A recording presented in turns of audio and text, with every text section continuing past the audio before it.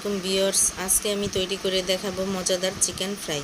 এটা ছোট বড় বাচ্চারা সবাই খেতে পছন্দ করেন। চলুন দেখে নেওয়া যাক কিভাবে তৈরি করা হয়। এখানে আমি মুরগির বুকের মাংস নিয়েছি, এটাকে পিস করে নিয়েছি। এখন 1 টেবিল চামচ আদা রসুন বাটা দিয়ে দিব, 1 চামচ মরিচ গুঁড়া, 1/2 চামচ ধনিয়া গুঁড়া দিব, 1/2 চামচ গরম মশলা গুঁড়া দিব, স্বাদ মতো লবণ দিব,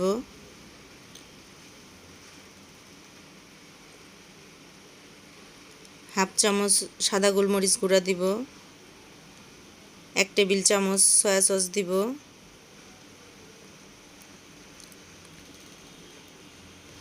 2 চামচ টমেটো সস দিব,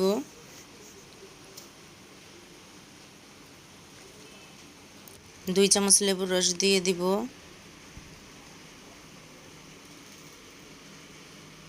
এখন একটা ডিম দিয়ে দিব।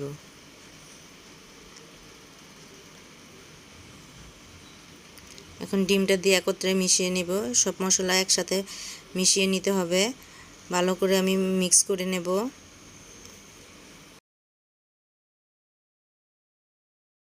মশলাগুলো একত্রে মিশানো হয়ে গেছে, এখন আমি 15 মিনিটের জন্য রেস্টে রেখে দেব। এখন আমি 1 কাপ ময়দা নিয়েছি মুরগিটা ভাজার জন্যে, 1/2 কাপ কর্নফ্লাওয়ার নিয়েছি, 1/2 চামচ মরিচ গুঁড়া নিয়েছি, 1/2 চামচ সাদা গোলমরিচ গুঁড়া নিয়েছি। এখন এগুলো আমি একত্রে মিশিয়ে নেব।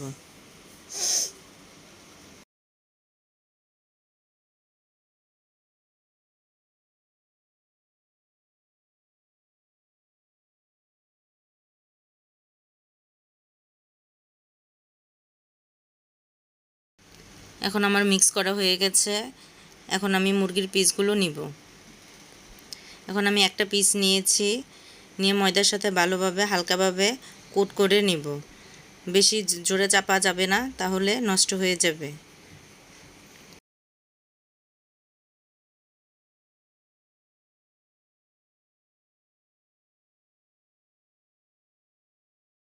আমার কোট করা হয়ে গেছে। এখন এইভাবে আমি একটা একটা করে কোট করে নিব। তেলটা গরম হয়ে এসেছে, এখন আমি একটা একটা করে দিয়ে দিব। আমি চুলার আঁচটা বাড়িয়ে রেখেছি। এখন আমি সবগুলো দিয়ে দিব।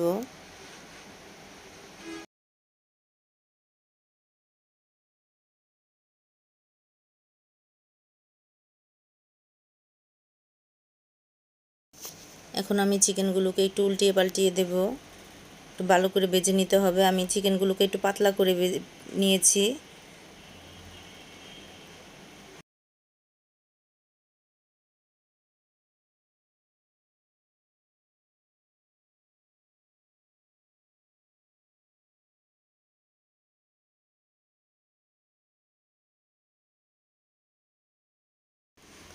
আমার চিকেনগুলো কালার এসে পড়েছে, আমার চিকেনগুলো ভাজা হয়ে গেছে। এখন আমি নামিয়ে নেব। আমার আনুমানিক 7 থেকে 8 মিনিট লেগেছে। এখন আমি নামিয়ে নেব। এখানে আমি চিকেনের মধ্যে একটু সস দিয়ে দিব। বাচ্চারা খুবই পছন্দ করে সস খেতে। আমি একটু মেয়োনেজও দিয়ে দিব। মেয়োনেজটা দিলে আরও খাবারের স্বাদটা বেড়ে যায়।